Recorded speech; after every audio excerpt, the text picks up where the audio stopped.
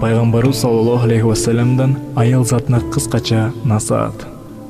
Имам Али ибн Абу Талиб радияллаху анху айтат: бир күнү пайгамбарыбызга бир аял келип мындай деп айтты: мен бир адамга күйөөгө чыкканда турам. Ушуга кандай карайсыз деди. Пайгамбар саллаллаху алейхи вассалам жылмаюу менен жооп берди: аялдын алдында эркектин акысы өтө көп. Аткара аласыңбы деди. Эркектин кандай акысы бар деди аял. Эгер сен аны тарынтсаң, Аллага каршы чыккан болосуң. Жана сенин намазың кабыл болбойт деди. Дагы айтышыңызды өтүнөм деди аял. Эгер аял күйөөсүнүн уруксатсыз жок көчөгө чыкса, анда ар бир кадамы күнөөлүү болуп саналат. Дагы айтышыңызды өтүнөм деди аял.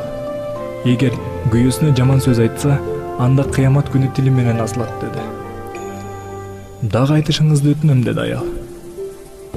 Эгер аялында байлык болуп туруп, күйөөсүнө жардам бербесе, анда акыретте жүзү кара болот деди.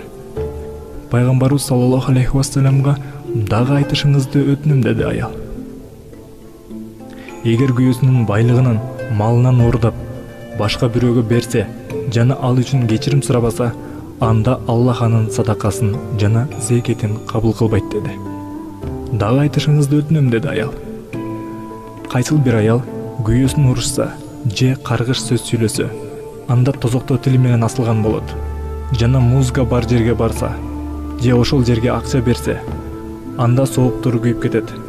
Ал эми андагы кийимдер ага мындай деп айтышат: берекелүү күндөрү жана күйөөңдүн алдына кийбей, бизди харам жерге кийип жатасың.